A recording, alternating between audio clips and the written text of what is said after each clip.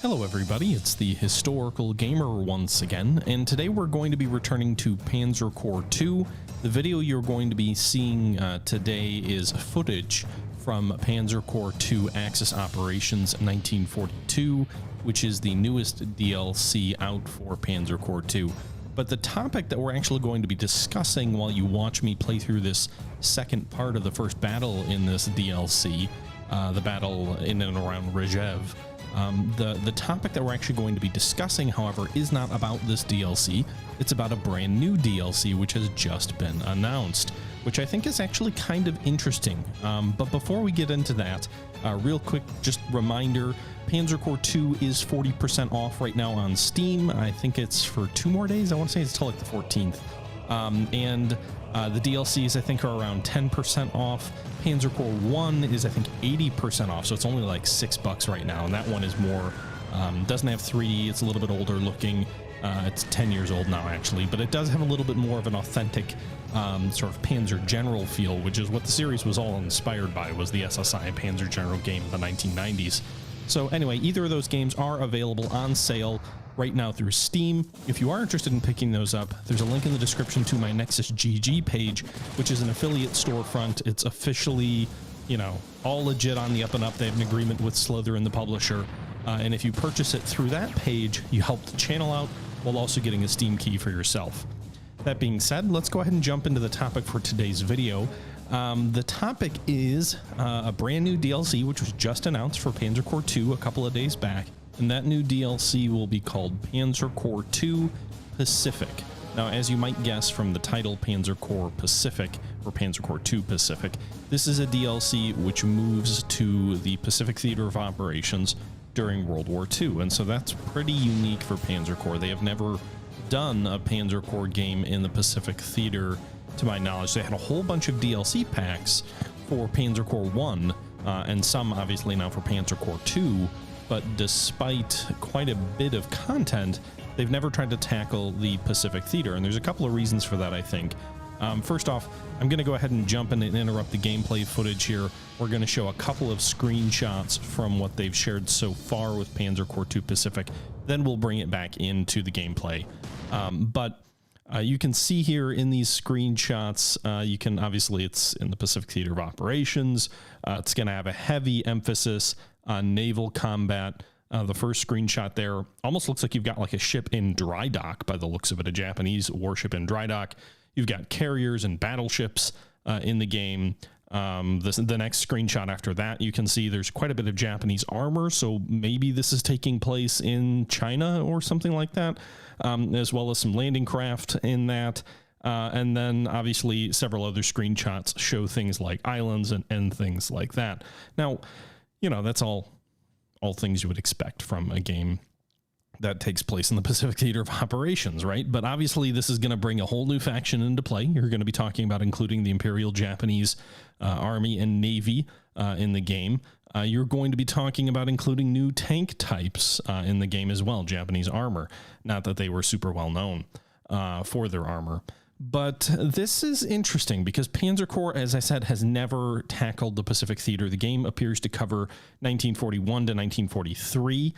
There's going to be, it sounds like, a follow-on DLC, which will cover, I'm assuming, 44 to 45, the final years in the Pacific Theater. So the scenarios that they're saying they are including are Wake Island, obviously the Japanese invasion of Wake Island right after Pearl Harbor, Philippines 41, which is presumably the Japanese offensive in the Philippines, Bataan, which is sort of the follow-on attack on the American garrison there as it's sort of bottled up in the Philippines. It says there's a battle called Raids, which I don't entirely know what that means. Maybe carrier raids like in the Marshall Islands. You've got La and Salamua, which is in Ley and Salamua, which I believe would be in the New Guinea theater. You've got the Battle of Coral Sea, Midway, New Guinea, Guadalcanal, Naval Guadalcanal, New Georgia, Bougainville, Rabaul, and Tarawa. So again, the game is leaning heavily on 41 to 43. I guess that answers my earlier question about whether this stuff was in China.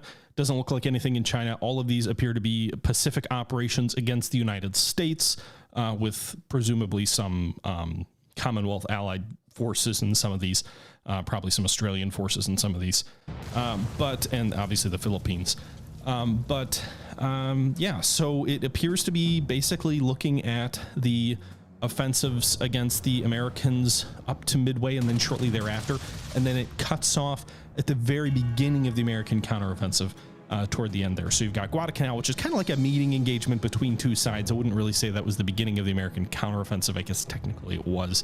And then the first sort of real fortified island campaign in the landings of Tarawa, outside of the South Pacific, and the whole Guadalcanal and rings around or ball strategy.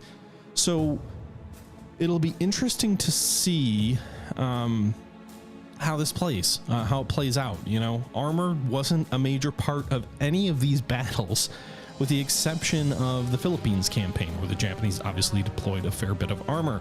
I'm kind of surprised there's nothing about Malaya against the British there. I guess, you know, from a campaign perspective, let's take a look here.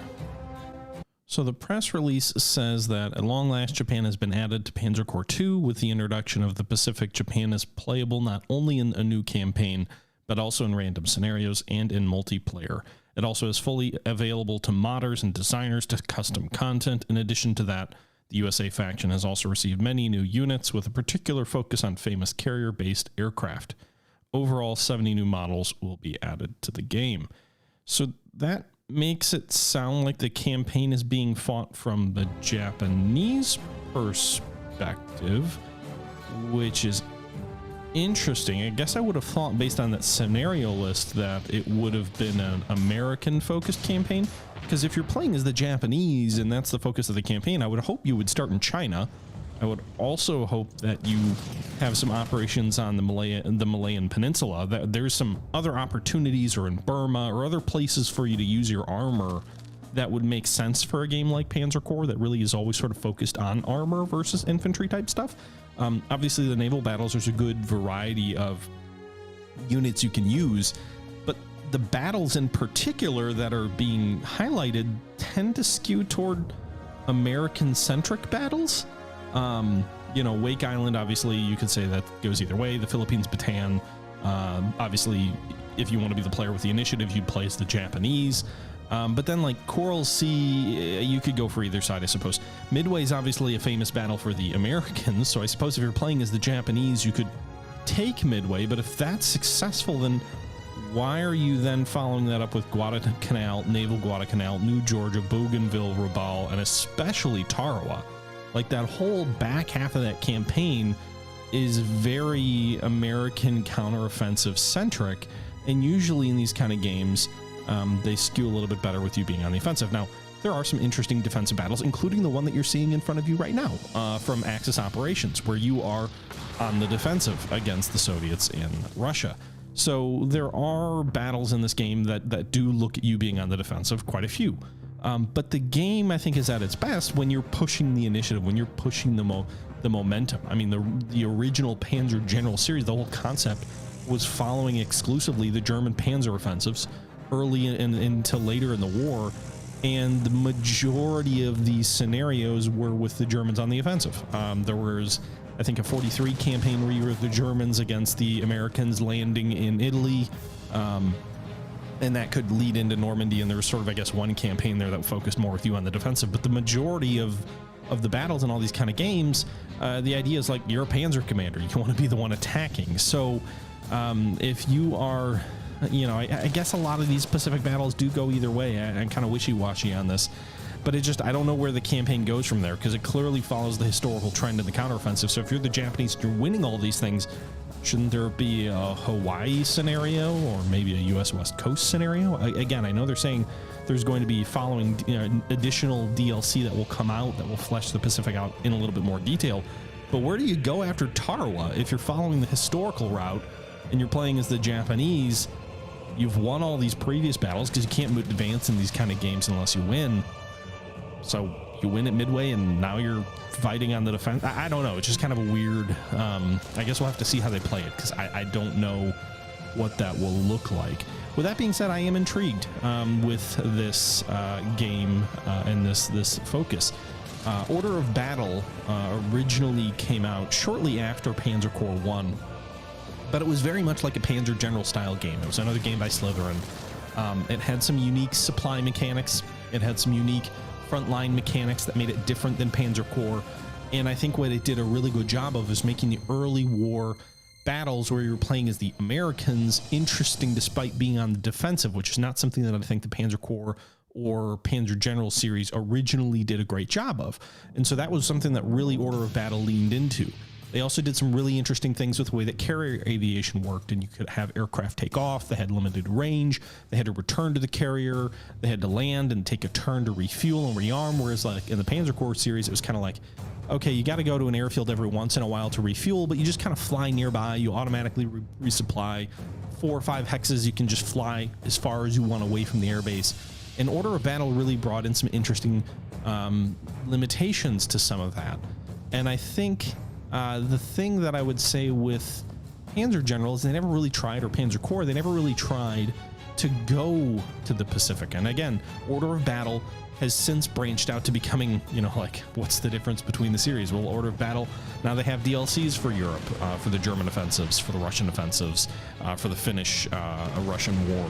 So they do have all of that, but when the game first came out, its shtick was, we are going to the Pacific theater with this kind of game. And that's not, you know, there haven't been a lot of games that have done that. There was, I think, Pacific General, which was basically Panzer General in the Pacific by SSI, but that was always like a lesser well-known game in the series. And so I think, you know, Order of Battle was really the first to kind of try to tackle that. And I know Strategic Mind had a Pacific War game as well. But generally speaking, these kind of games, these kind of hex-based, turn-based war games, work better with land combat, and they work better with tank offensives because everyone wants to push their little tank chits across the map and blow stuff up.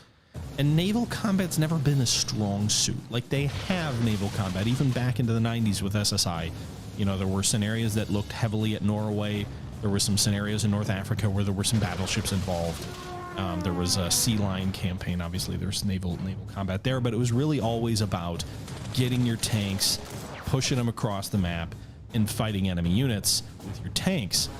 And the mechanics of the game, the way that the hit points work, you know, you've got a 10 base hit point, or in Panzer Corps up to 15 base hit point for infantry units. And as you fight, you know, you might have an engagement where it's 1 to 6 or 1 to 3. I mean, you can see all this on the screen in front of you right now. And you might have those types of engagements, and you'd slowly wear a unit down. And that makes some sense for land combat, right? This attritional style warfare where units are just slugging it out and they're gradually getting weaker, and artillery suppressing, and they're just getting ground down. That doesn't work as well as a game mechanic, I don't think, for naval combat. And I should probably make a video on this. I haven't had the time, you know, with the new kid, and I haven't really had the energy, but I've been wanting to make a video about some of the problems with naval combat in a lot of war games, especially turn-based war games. The way that they tend to treat naval combat just irks me. It doesn't really work. This idea of your cruiser has 10 hit points or 15 hit points, and you're slowly being whittled down. You know, an enemy destroyer is firing its guns, and oh, you lose 1 hit point, and now the cruisers are firing and you lose 3 hit points, and now the battleships are firing and you lose 4 hit points. Like, this attritional style of combat doesn't really fit the decisive nature that a lot of engagements looked at in the Pacific. That's not to say you can't have that, but like, look at the naval battle of the naval battle of Savo Island, where the Japanese storm in and in a matter of minutes just flat out wipe out these American cruisers, largely with torpedoes. Like, it's not an extended multi-hour, you know, gun duel where both sides are just sort of hammering each other into matchwood. It's not a, you know, Age of Sail type 2 ships go broadside to broadside. Look at you know, the Battle of Midway. You do have, you know, aircraft putting multiple attacks, multiple sorties into enemy shipping, but it's kind of like in the span of a few minutes everything turns, and you don't generally get those kind of decisive results. You know, you're not going to fire in a, let's say there was a Bismarck scenario in Panzer General. If the Bismarck's sailing out and engaging the Hood, there's no scenario in these kind of games where it's like you get a lucky hit, or a hit penetrates the armor, detonates the magazine, and the ship's gone with basically no loss to yourself. It's gonna be, oh, well, these are two battleship chits and they're shooting at each other, and so it's gonna be 2 hit points here, 3 hit points here, 2 hit points here, 3 hit points here, and it's just sort of this this nature of warfare, which sometimes can reflect the way that two ships will pound each other into smithereens, but it lacks the entire element of suddenness that I think is the hallmark of a lot of modern naval combat, where things can turn on a dime and in a minute or 2 minutes everything changes. And so I think a lot of games, Strategic Command, Panzer General, Order of Battle, all of these kind of games really sort of miss a lot of that. Interestingly enough, I think War in the Pacific doesn't, despite being turn-based, and that's because I think the way the WeGo system works and the way that it handles this sense of time and space actually works really well. This is not turning into the I will consider making a video about that at a later time, but my point is, I've never felt this Panzer General style. While I think it can work for land combat and be interesting, I don't know how interesting that becomes for naval combat. Now, Panzer Corps Pacific is going to have mostly land-centric battles. If we take a look at those battles, Wake Island is a landing. There's no naval engagement, maybe bombardment, but that's it. Philippines, no real naval battle there, just land combat, maybe some bombardment. Bataan, land battle. Raids, I don't know what that is. If it's carrier raids, then maybe you've got some naval actions there. Ley and Salamua, I believe that's going to be land combat, probably between, would it be the Australians and the Japanese? Coral Sea, obviously naval battle, Midway naval battle, but then you've got New Guinea, land battle, Guadalcanal, land battle with naval elements. Naval Guadalcanal, obviously going to be naval. New Georgia, going to be primarily land combat. Again, a lot of these where I'm saying land combat, there may be naval assets bombarding, but if it's not ship versus ship, I don't know that it really matters. If it's an offshore artillery, it's just an artillery platform. Bougainville, land battle. Rabaul, probably land battle with a lot of air units involved. And then Tarawa, land battle. So like if we take a look at, what are there, 1, 2, 3? Looks like there's about 14 scenarios here. Of the 14 scenarios, if we say raids will be primarily naval, then you're going to be looking at 1, 2, 3, 4 battles that are primarily naval battles, and the rest are probably just supporting. So the majority of the scenarios appear to be land focused. So I think that'll work from a scenario design perspective reasonably well, but I am really curious to see how this all plays out. I don't know, exactly what those will look like. I guess, again, if it was from the Japanese perspective, I wish that was more than just Japan versus the US and maybe Australia. I wish there was a little bit more variety if you're trying to show like the Japanese blitzkrieg across the Pacific. I don't know how you leave out Burma, how you leave out Malaya, Singapore, the Dutch East Indies. That's, I suppose future DLCs will probably lean into that, but I guess if you're going to make a Japanese-centric campaign, make a Japanese-centric campaign. But I guess we don't know. There's a lot we don't know about this yet. They just announced it recently. There is a Steam page up. I'll throw a link in the description to that. But yeah, I think it's interesting to see that Panzer Corps 2 is going to the Pacific, especially so soon. The game came out, was it 2020? I think it was just last year that Panzer Corps 2 came out. They've had several DLCs. They've gotten up through 42, obviously with the Axis operations now in Europe. Yeah, it does feel just a year, and they're already moving to the Pacific Theater, trying presumably to keep things fresh, I would guess. But we'll see how that plays out. I'm guessing you're going to have a Panzer Corps 2. I don't know what the second Pacific campaign would be, but whatever they're going to call that. So maybe there's a Panzer Corps 2 Pacific that looks at like the Commonwealth or British forces, or maybe they'll look at like India-Burma theater, because they did that with Order of Battle. And then maybe you have a DLC that goes from 44 to 45 with call it like the Allied counteroffensive campaign or whatever. I'm really also curious, is this really going to be a Japanese campaign? Because they're saying you're carrying units over. So like, if you're going to play 44, 45, you're going to want to be the Allies, I would think.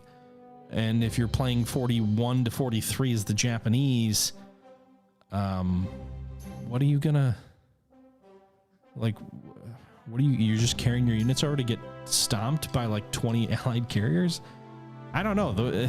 I guess we'll see. I really don't know what to expect.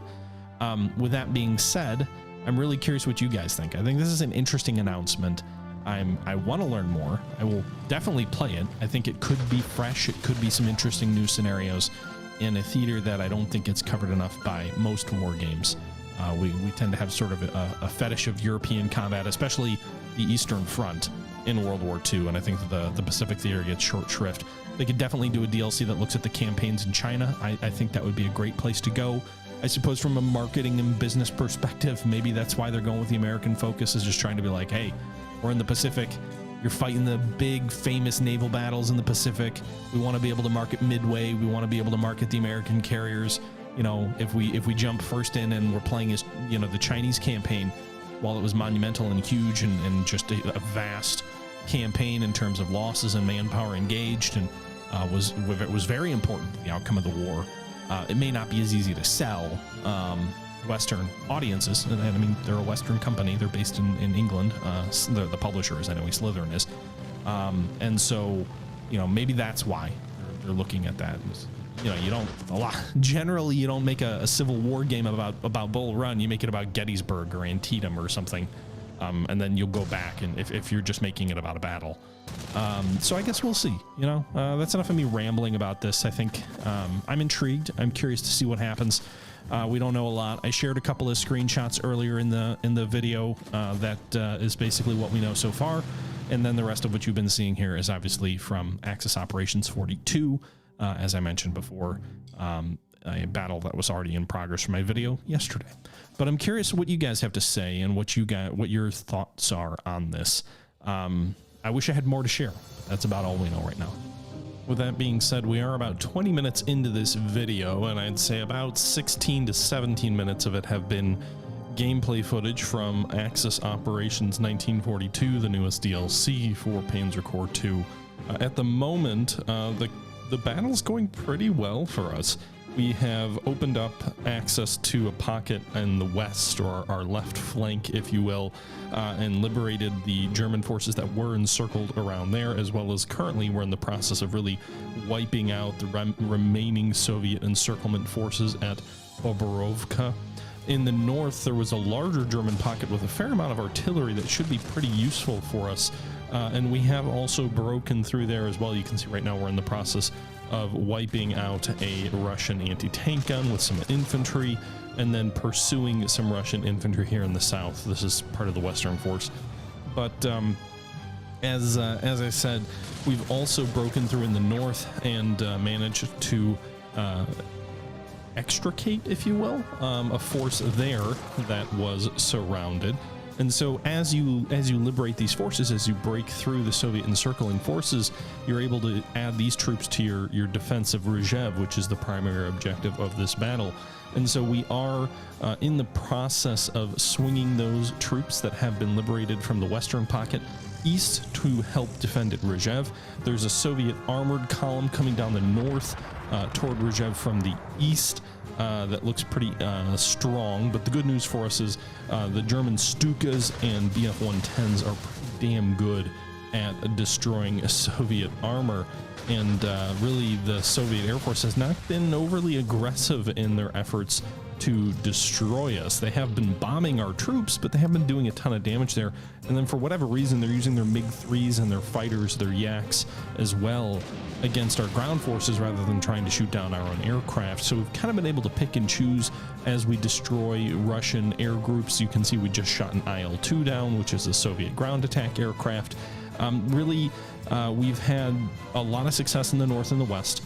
We haven't had as much in the east. We were overrun at Zubotsov in the east. We had a bunker there, but we have gotten enough reinforcements sort of to prevent any sort of breakthrough in the southeastern portion of the front. We'll see how these Soviet armored troops, looks like there's a Katusha rocket, a self-propelled sort of like tank artillery unit, and then an armored unit leading this spearhead, as well as 3 infantry units coming out of Starisia.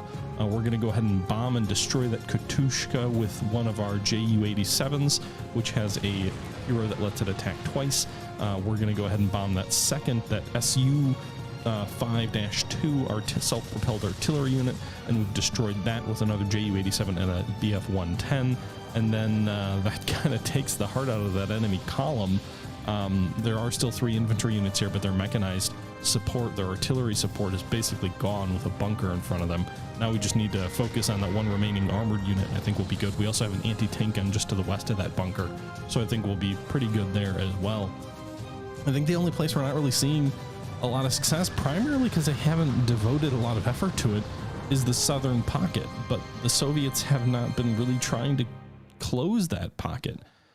I am curious, because we're still only on turn 8, if this is going to end up being something like the Dunkirk scenario in Strategic Mind, a similar kind of game, where you sort of deal with an initial enemy force that feels manageable and can kind of lure you into overly aggressive tactics, as I displayed in that game when we played it on the channel. And is this going to sucker me into overextending myself, getting my units worn out, trying to fight battles that they shouldn't be fighting? And then are the Soviets going to get a whole bunch of, you know, strong armored reinforcements that roll us? We'll see. Again, there's definitely still time in the game for that to happen. We still got about 15 turns left that we have to hold.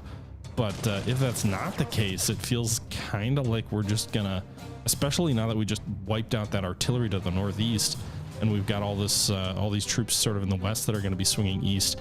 And I've brought some of these reinforcements already to deal with the southeast, where it felt like there was a bit of a threat. Like, I feel comfortable. I think this may have been the first turn that I feel comfortable, but I feel comfortable right now. We've had success in the north. We've had success in the west, and we're blunting the offensive in the east. We've already obtained 2 of our 3 bonus objectives. And Rzhev really isn't at risk at all right now. And by the time it can be made at risk, I'll have reinforcements coming again from the west and maybe from the north with this pocket that we've kind of started to liberate up here as well. Yeah. With that being said, guys, I think we'll wrap this up here. A little bit of a shorter video. We'll conclude the battle for Rzhev against the Soviet 1942 winter offensive in our next video. I imagine we probably have about an hour left of the fight. I'm not sure. I haven't actually finished it yet as of the time of this recording, but I think we'll wrap this up in our next video. The main purpose of this video was to really talk about Panzer Corps 2 Pacific, because I do think it's an interesting development, and to see Panzer Corps go to the Pacific Theater, because again, they didn't do that at all when Panzer Corps 1 was out. Now, Panzer Corps 1 came out, and as I already said, Order of Battle came out shortly thereafter, and so they were kind of complementary products in the Slytherin portfolio. Order of Battle is a little bit long in the tooth now. They're still releasing some stuff for it, or have in the recent past, whereas Panzer Corps has obviously been supplanted by Panzer Corps 2. So maybe it's just like, all right, Panzer Corps 2 is the new generation of this game, so we should cover the Pacific. They didn't do it for Panzer Corps 1, but maybe they felt like we don't want to conflict with our other current game, which is Order of Battle. So that would be the logical reason why they didn't do that in the previous generation of games, and why maybe they're willing to do that in the current generation of games. But all in all, I think it'll be interesting to see how Panzer Corps treats it. We'll see where they go from there with this DLC. I'm not sure, again, how carrying core units over from DLC to DLC makes a lot of sense if one whole DLC looks at Japan in the early part of the war. Like, I don't know. I kind of already expressed my concerns there, or questions there, but we'll see. Anyway, guys, that's going to do it for this video. Hope you guys enjoyed. As I said at the start of the video, if you are interested in Panzer Corps 2, the base game is 40% off. The DLCs are 10% off. You can get those games through Steam right now on the sale. It's a 10-year anniversary for Panzer Corps, celebrating that. Also, Panzer Corps 1 is 80% off, so that's a really great game with a lot of great content, tons of DLCs for that also. It's like $6 for that base game if you're interested. And so you can buy that on Steam. I think the sale applies to Slytherin and Matrix's website as well. But then if you're interested in helping the channel out as well, if you're interested in supporting me, you can get a Steam key, but you can actually buy it through my Nexus GG link. And if you do that, helps me out. I get a very small percentage. It shows you exactly what I get. And then you can also get a Steam key. And again, that is totally above the board, 100% legitimate. I've checked with Slytherin. I've checked with publishers. Unlike some previous gray key sort of sites in the past, this one's totally legitimate. With that being said, I hope you guys enjoyed the video. Leave your thoughts below. I really want to know what you guys think of Panzer Corps 2 Pacific. And as always, until next time, this is the Historical Gamer saying once again, thank you very much for watching. And until next time, I'm out.